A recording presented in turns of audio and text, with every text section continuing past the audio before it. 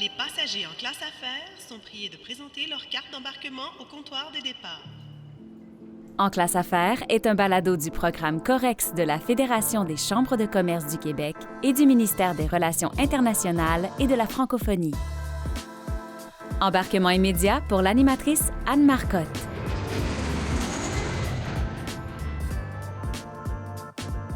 Le succès de l'internationalisation passe avant tout par une bonne compréhension de la culture d'affaires de ses partenaires. Dans cet épisode, on prend l'exemple de l'expérience de développement de marché à l'international pour en tirer des leçons et des conseils pratiques avec Véronique Touga, qui est présidente de groupe Cambly. On abordera aussi l'importance de considérer la dimension culturelle pour assurer le succès de toute démarche à l'international avec Cécile Lazartigue-Chartier, consultante en interculturel. Et on parlera de l'importance de la représentation sur leur terrain et le fait incontournable d'investir dans le côté humain avec Iya Touré, déléguée générale du Québec à Dakar. Bienvenue en classe affaires.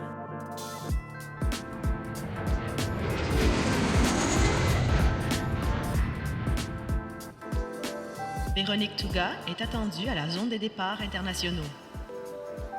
Aujourd'hui, tout ce qu'on va apprendre, c'est vraiment l'art de créer une relation.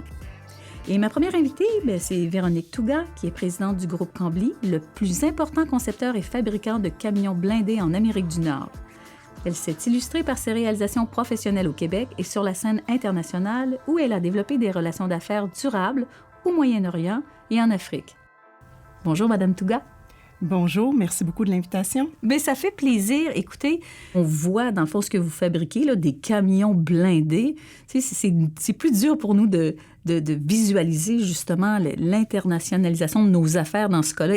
Expliquez-moi là, comment vous avez développé vos marchés à l'international.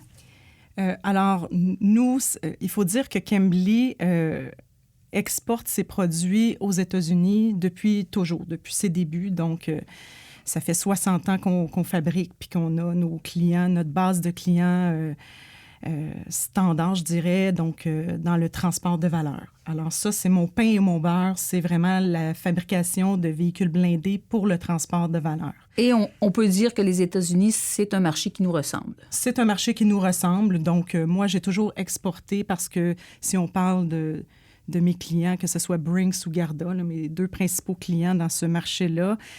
Évidemment, ils sont très présents, que ce soit aux États-Unis ou au Canada. Alors, nécessairement, Cambly exporte là-bas. Un petit détail, moi, je suis présidente de ma compagnie depuis 2010. Donc, mon premier mandat pour moi, c'était cette diversification-là.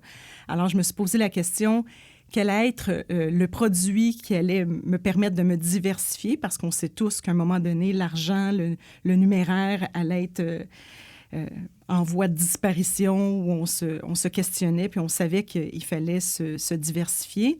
Alors, on a choisi, on a analysé nos marchés, on a regardé ce qui se passe à l'international, puis tout ce qui était véhicule paramilitaire, je dirais, donc pour intervention tactique, pour les forces de l'ordre, nous apparaissait un marché en pleine croissance à l'international.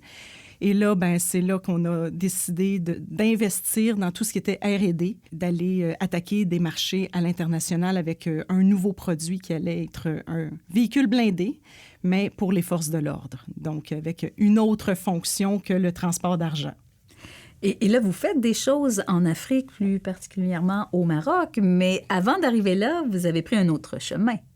Tout à fait. On s'est intéressé d'abord par opportunité, donc développer un produit qui était encore là le véhicule pour intervention tactique pour les forces de l'ordre, mais au Qatar, donc au Moyen-Orient. Et on nous a approchés en nous disant « Écoute, tes produits sont requis là-bas. Il y a une Coupe du monde qui s'en vient en 2022. Est-ce que tu serais intéressé à ce qu'on commence à développer pour le marché du Moyen-Orient? » Et moi, étant très attirée par l'international, c'est certain que j'ai foncé, j'ai dit oui, avec peut-être une naïveté, on va se le dire. Et donc, on s'est mis à prioriser, dans le fond, le nouveau produit qui allait être un véhicule tactique, mais avec certaines adaptations pour le Moyen-Orient. Puis après ça, on s'est dit, si ça fait pour le Moyen-Orient, ça pourrait tout à fait se vendre en Afrique également. Donc, on a d'abord testé nos produits dans le désert du Qatar. Dans le désert? Dans le désert. Donc, on s'est rendu au mois de juillet. Il faisait 50 degrés. Et on a transporté nos produits là-bas. On a testé, mais c'était une super belle collaboration avec ces gens-là qui ont été très généreux en information parce que au bout du compte, moi, je n'ai pas vendu au Moyen-Orient. Vous n'avez pas vendu? Je n'ai pas vendu au Moyen-Orient. Vous avez travaillé ce dossier-là pendant combien d'années? Je vous dirais un bon 5 ans. Où est-ce qu'on s'est... je dis que j'ai traîné au Moyen-Orient parce que ça a été beaucoup d'allers-retours. C'est ça, vous êtes allé là plusieurs fois, là, en chair et en os. Là. Ah oui. Peut-être 10-15 fois là, pour justement établir la relation avec ces gens-là, comprendre c'était quoi les besoins. Il fallait quand même amener notre véhicule à subir des températures allant jusqu'à 50-60 degrés. Alors, on a vraiment investi dans le développement d'un nouveau produit et au bout du compte, c'est le Maroc qui s'est trouvé intéressé par le produit. Bien, c'est ça. Là, quand on met autant d'efforts, qu'est-ce qu'on fait comme entrepreneur quand on n'arrive pas, dans le fond, à nos fins, à conclure, dans le fond, une vente? On retrousse nos manches, on continue, on regarde d'autres marchés. Qu'est-ce qui s'est passé? Heureusement, nous, on était déjà en train de tenter le coup en Afrique. Donc, on ne s'appuyait pas que sur le Qatar, même si ça prenait beaucoup de notre temps.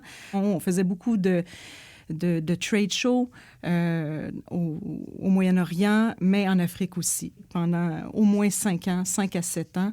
Et pendant qu'on essayait de vendre au Qatar, à ce moment-là, le Maroc s'est manifesté. Ça a très bien fonctionné parce qu'on a réussi à vendre. Donc, je dis réussir à vendre parce que c'est vraiment là qui était le défi pour moi, c'est commencer à vendre dans ces pays-là. Donc, c'était vraiment au niveau commercial. C'est ça, expliquez-moi ce défi-là au niveau, je vous dirais, de la relation, au niveau de la négociation, parce que là, on parle de cultures différentes.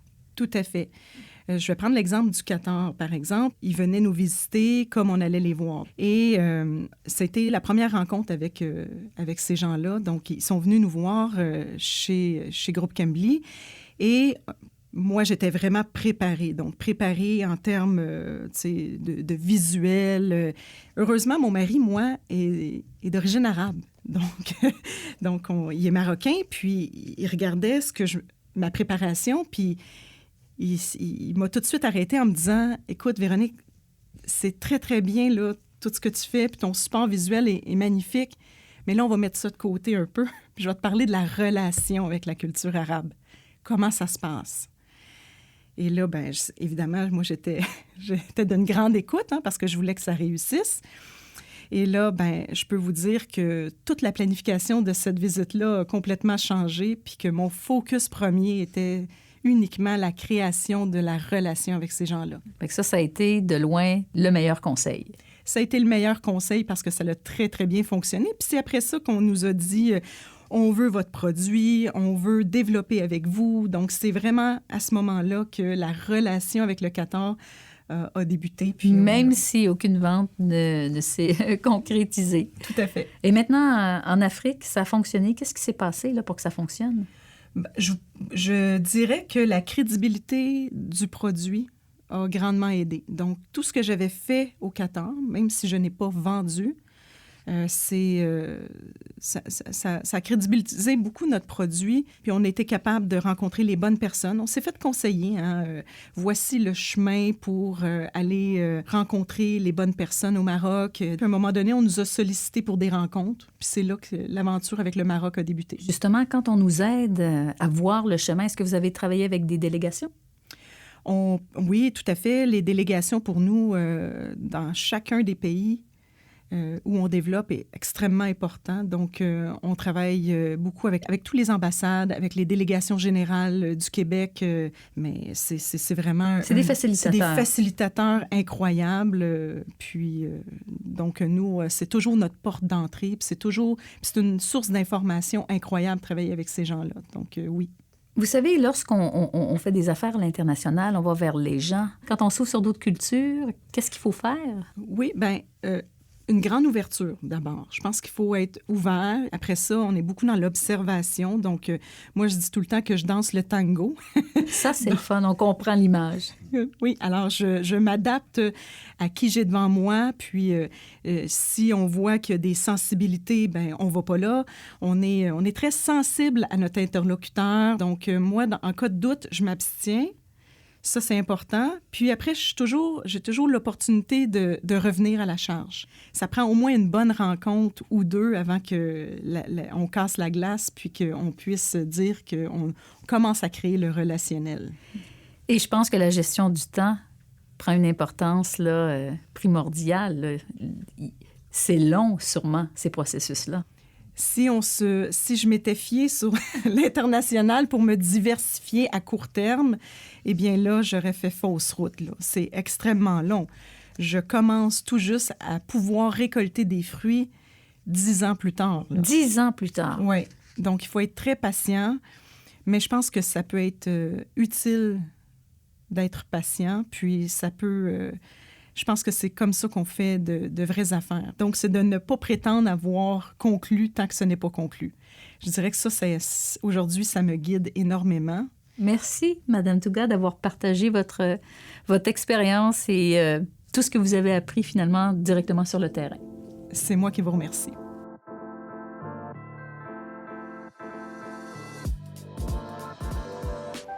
Embarquement immédiat pour la passagère Cécile Lazartigue-Chartier. Cécile Lazartigue-Chartier est consultante en interculturel orientée sur la conduite des affaires. Elle accompagne les individus et les entreprises avec humanisme et efficacité. Écoutez, j'ai plein de questions pour vous. Moi, je veux savoir, vous qui êtes aux premières loges là, pour nous donner des bonnes pratiques d'affaires, quelles sont les phases d'une bonne négociation interculturelle? Alors, l'interculturalité, c'est non pas d'imposer des règles à l'autre, ou de s'imposer les règles de l'autre. Mais comme la précédente intervenante le disait si bien, c'est un tango. Le premier pas en interculturel, c'est de se former, de prendre conscience de ce qui nous motive, de nos moteurs, de nos références, souvent inconscients. Et puis, d'être capable, après, dans le non-jugement, ça c'est le plus grand défi de l'interculturel, d'être capable de prendre en compte le fait que l'autre en face a une autre vision du monde. Et l'interculturel, c'est d'arriver sur un troisième espace qui est la collaboration, le fameux tango, qui permet à chacun de prendre sa place, garder sa cohérence par rapport à ses valeurs et de rentrer en lien avec l'autre pour que ça ait du sens pour les deux parties et que ça soit gagnant-gagnant. Donc, ça prend beaucoup de préparation. Tout à fait. Alors, il y a la strate de l'étiquette. Ça en fait pas. On doit se regarder, ne pas regarder, saluer de telle façon, s'habiller de telle façon. Comprendre l'étiquette, comprendre ce qu'on appelle la fiche pays, la religion, les fêtes, la façon de manger, etc. Ça, c'est primordial. On est vraiment dans le basique. Après, si on veut faire des affaires de manière pérenne, dans une relation de confiance, ça prend du temps. L'amitié, ça prend du temps et les affaires prennent du temps. Donc, il faut se laisser cette marge, cet espace pour rentrer en relation. Et même si c'est des gens qui sont extrêmement pragmatiques, par exemple, certains pays nordiques, aux Pays-Bas où j'ai eu le bonheur de vivre, on est très dans le pragmatique, on est dans l'efficience, etc. Mais les relations sont extrêmement importantes. Et une confiance, même si elle se bâtit de façon différente au Moyen-Orient ou dans certains pays d'Afrique ou en Asie, la confiance est toujours la base d'une relation pérenne en affaires. Et la négociation, c'est vraiment toujours cet esprit de se positionner, accepter l'autre et arriver sur ce troisième espace. Une fois qu'on comprend tout ça avec humilité, là, parce qu'il faut laisser tomber quand même plusieurs de nos croyances, hein, quand on veut s'ouvrir, là, il faut repartir dans le fond à neuf. il faut après ça regarder la personne avec qui on traite, sûrement son statut, comment on doit interagir. Comment vous voyez ça? Comment on gère ça? Alors, d'où l'intérêt de se préparer en interculturel fondamentalement et après sur le pays.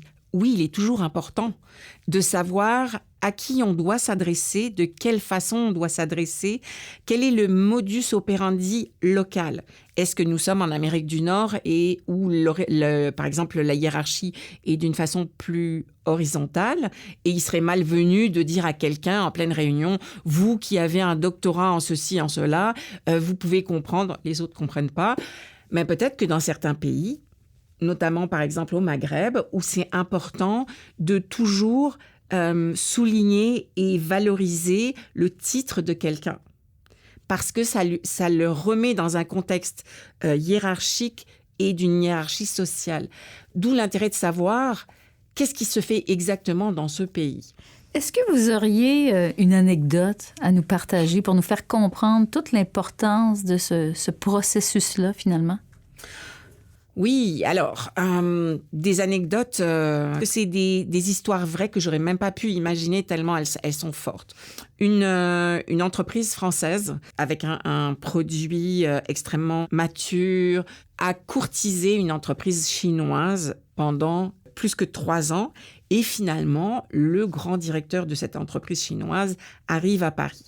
En fait, ils ont envoyé quelqu'un chercher le couple à l'aéroport et ils ont choisi un stagiaire d'une grande école française.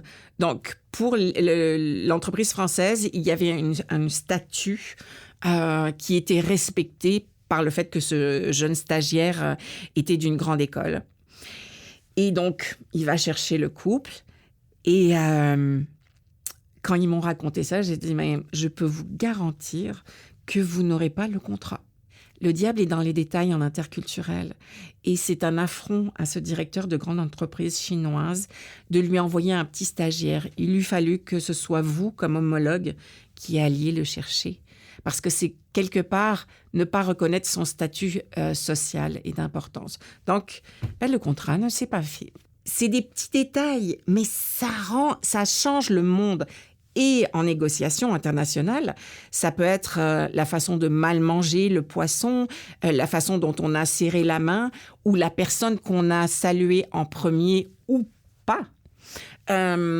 C'est peut-être notre empressement à vouloir conclure. Bon, ça y est, on est d'accord sur les chiffres. Donc, non, le dernier jour de visite dans vos temples ou dans un musée, etc. Non, j'ai plus le temps, je dois rentrer au pays. Les gens se sentent offensés. Vous le diront peut-être pas forcément. Et puis, finalement, le contrat ne se fait plus. À partir du moment où on comprend là, que tout a de l'importance, qu'est-ce qu'on peut faire pour éviter justement des situations où on aurait tellement investi puis finalement, on risque de tout perdre? Qu'est-ce qu'on peut faire? D'une manière claire, il faut rester sur ses valeurs. La première chose qui est incontournable, former vos équipes à l'interculturel. Ah, c'est ça, il faut aller chercher de l'aide. Il ne faut pas avoir peur d'aller chercher de l'aide. Si on va en Chine, on va prendre un traducteur. Mais si on va en France, on n'a pas de traducteur. Mais par contre, on a besoin d'un traducteur culturel. On faisait référence aux délégations du Québec dans le monde. C'est extrêmement important d'aller chercher des gens qui connaissent le terrain. Aller chercher des alliés locaux. Former vos équipes. Ça, c'est incontournable. Quand je dis les équipes, c'est pas juste la personne ou les 3 personnes qui vont aller régulièrement dans le 10 pays ou sur la zone géographique en question. C'est aussi les gens en communication sur place, à Montréal, au Québec.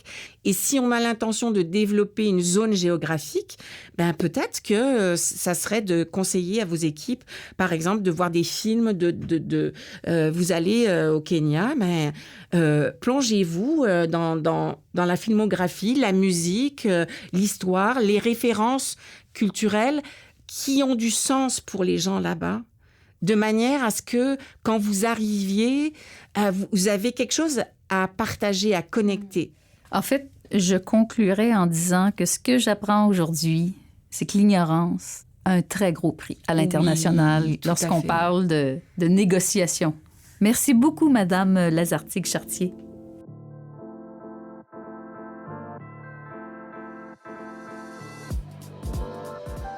Iya Touré, en correspondance pour l'International, est priée de se présenter à la porte d'embarquement.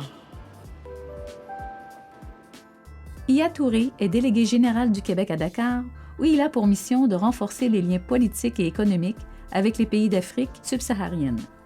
Il a déjà été vice-président au développement des affaires chez Investissement Québec. Bonjour, Monsieur Touré. Bonjour, merci de l'invitation. Écoutez, on est content de vous avoir parce que vous, là, vous êtes à temps plein sur le terrain. Et on veut savoir, là, qu'est-ce que vous maîtrisez, qu'est-ce que vous voyez, qu'est-ce que vous avez accès comme informations qui peuvent, dans le fond, aider nos entrepreneurs lorsqu'ils décident d'aller à l'international pour faire des affaires. Je commencerai par dire que nous sommes les yeux et les oreilles des entreprises et puis des institutions québécoises sur le terrain. La délégation générale du Québec à Dakar couvre 12 pays, donc on est appelé à voyager. Donc notre rôle, c'est de faciliter la vie, le parcours des entreprises qui décident de venir nous voir ou des institutions d'enseignement aussi qui décident de venir nous voir. On développe des relations à la fois économiques et politiques avec les autorités qui sont sur place. On connaît la culture aussi. Quand quelqu'un de haut rang se déplace, c'est le délégué général ou le délégué qui va l'accueillir à l'aéroport directement. C'est des choses qui... On ne fait plus ce genre d'erreur-là. Et le Québec, dans ce sens-là, au cours des dernières années, peu importe le gouvernement en place, a été très dynamique et très présent. On a 35 représentations à travers le monde. Et, dans combien de pays? Je pense que c'est 18-19 pays. Évidemment, le voisin du Sud, il y en a beaucoup aux États-Unis. En Afrique, on a une délégation générale et 2 autres bureaux. Donc, on a 3 représentations en Afrique. Donc, on est très présent sur le terrain. On essaie de faciliter la vie des gens. Évidemment, quand je dis des gens, des entreprises qui décident de venir. Quand on décide d'aller à l'international, la première chose à se poser, ou qu'on se pose généralement, comme Véronique le disait tantôt, on évalue si on a le bon produit. On évalue si on a les ressources financières. On fait tout ça. Donc, on dit, on a le meilleur produit au monde, on a l'argent, c'est le temps de partir. Mais il faut s'arrêter, se questionner sur soi-même. Est-ce que nous, on est prêts? Est-ce que nous, comme structure de management, on est prêts? Nous, comme personne. Nous, comme personne, nous, comme structure de management, est-ce qu'on est prêt à faire l'international? Ça, c'est fondamental parce que si on ne fait pas cet exercice-là, c'est un échec qui est devant nous. Et Mme Touga l'a dit tantôt, elle, c'est comme dans son ADN. Son mari, qui est marocain, ses enfants, donc elle baigne dans ça. Donc dire qu'elle va à l'international, les adaptations culturelles dont ça prend, la patience, elle avait déjà, l'écoute. Donc si tu n'as pas ça, c'est impossible. Il faut pas aller. Donc, il faut vraiment que nos entrepreneurs, nos entreprises qui décident d'aller à l'international se posent toujours cette question-là. Est-ce que moi, comme personne, est-ce que moi, comme structure de management, avec mon conseil d'administration, est-ce qu'on est prêt à faire cette réflexion-là? Si on n'est pas prêt, embarquez pas. Je vais encore loin. Elle parlait tantôt de son exemple au Qatar. Moi, quand je l'ai rencontré, justement, on parlait du Qatar, les va-et-vient, on était tous excités, là. On se disait, là, ça va aller, et il va y avoir des ventes. Et quelques années après, on se rend compte qu'il n'y a pas eu de vente. Mais imaginez-vous l'argent, les ressources financières qui ont été brûlées dans ce va-et-vient-là. Investissement Québec, où le gouvernement du Québec, à travers ses représentations, sont là pour justement aider. Parce que c'est très important, cet accompagnement-là. C'est l'accompagnement physique, mais l'accompagnement financier pour vous permettre de faire ça. Nous, au Québec, on est 8,5 millions, on s'en va vers 9 millions. Et le Québec est réputé pour avoir des patenteux. C'est vrai. 80% de nos entreprises, c'est des PME, mom and pop shops, qu'on a. Et c'est sûr qu'on ne peut pas tout vendre ici, là. On est 40 millions au Canada, là, ça ne marche pas. Donc, l'international, c'est une obligation, mais ça se prépare. Il faut le préparer. Il y a des formations qui se donnent, il y a beaucoup de choses qui se donnent dans ce sens-là. Et je vois qu'il y a des entreprises c'est un créneau spécial, là, hein, faire ce que Cambly fait, là, c'est un créneau particulier. Hein, donc, ça démontre l'ingéniosité et puis l'expertise développée au Québec par rapport à ça qu'on peut vendre à l'étranger. Donc, on se doit d'aider ce type d'entreprise-là, d'aider ces entrepreneurs-là à s'imposer à l'international. Et nous, à Dakar, on est très fiers de le dire, on devient incontournable maintenant. Avant que moi je prenne fonction, et évidemment, c'est des jeunes délégations en Afrique, hein, c'est des jeunes délégations. Moi, j'ai pris fonction en janvier 21, et là, on voit, on était 5 personnes, on est rendu presque à 15 personnes. Moi, je ne suis pas diplomate de carrière, de formation. J'ai travaillé dans une institution financière. Donc, nous... Mais par votre discours, on sent que vous êtes entrepreneur dans l'âme et on aime ça. C'est la réalité terrain. On vit sur le terrain. Nous, on va à la rencontre des entreprises. On ne peut pas rester au bureau. De toute façon, on va s'ennuyer. On n'aime pas ça, rester au bureau. Nous, on est sur le terrain. On va rencontrer le vrai monde. On discute des besoins et comment on va les accompagner. Et on a cette facilité-là, nous, les Québécois, et les gens apprécient ça énormément.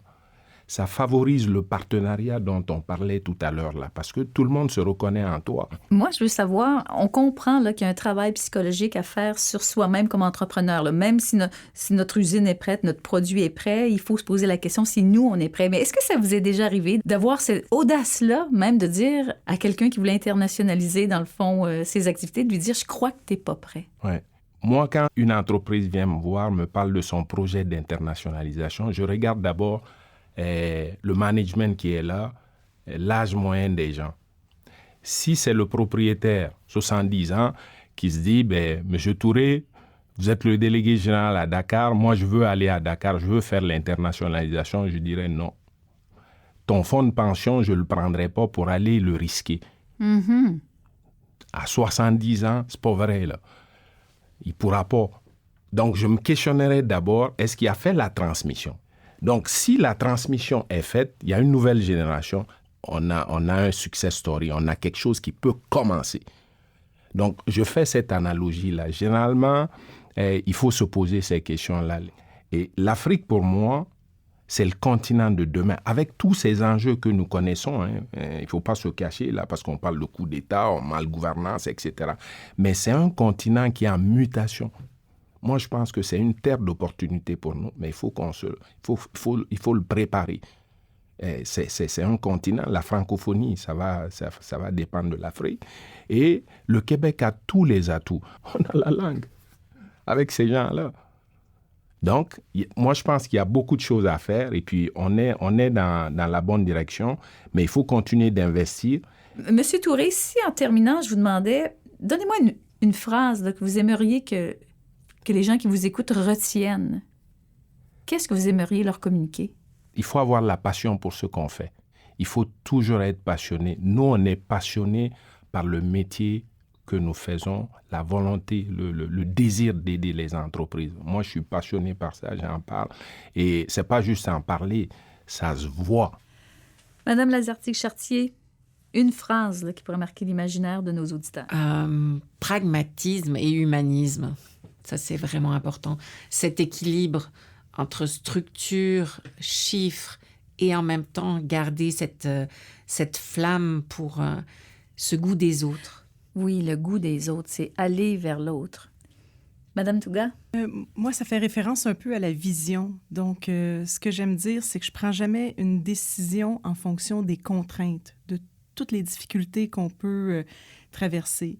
J'ai une vision de ce que je veux atteindre. Vous en avez parlé tout à l'heure, M. Touré. J'ai une vision claire de ce que je veux. C'est la meilleure décision pour Cambly, donc je la prends. Et après, j'évalue les contraintes et voir si je peux y arriver. Mais pour moi, c'est important de prendre cette décision-là d'abord, de bien comprendre où est-ce que je veux aller, puis ensuite, je regarde toutes les difficultés que je pourrais rencontrer. Bien, en résumé, on comprend qu'il y a des opportunités, on comprend qu'il y aura des investissements à faire, des prises de réflexion à faire, puis de le faire évidemment avec humilité. On va se le dire, ça va être très exigeant, mais en bout de ligne, même si on ne conclut pas une vente comme vous l'avez vécu, Madame Touga, ça demeure toujours un processus enrichissant. Merci à vous. Merci beaucoup. Merci. Merci.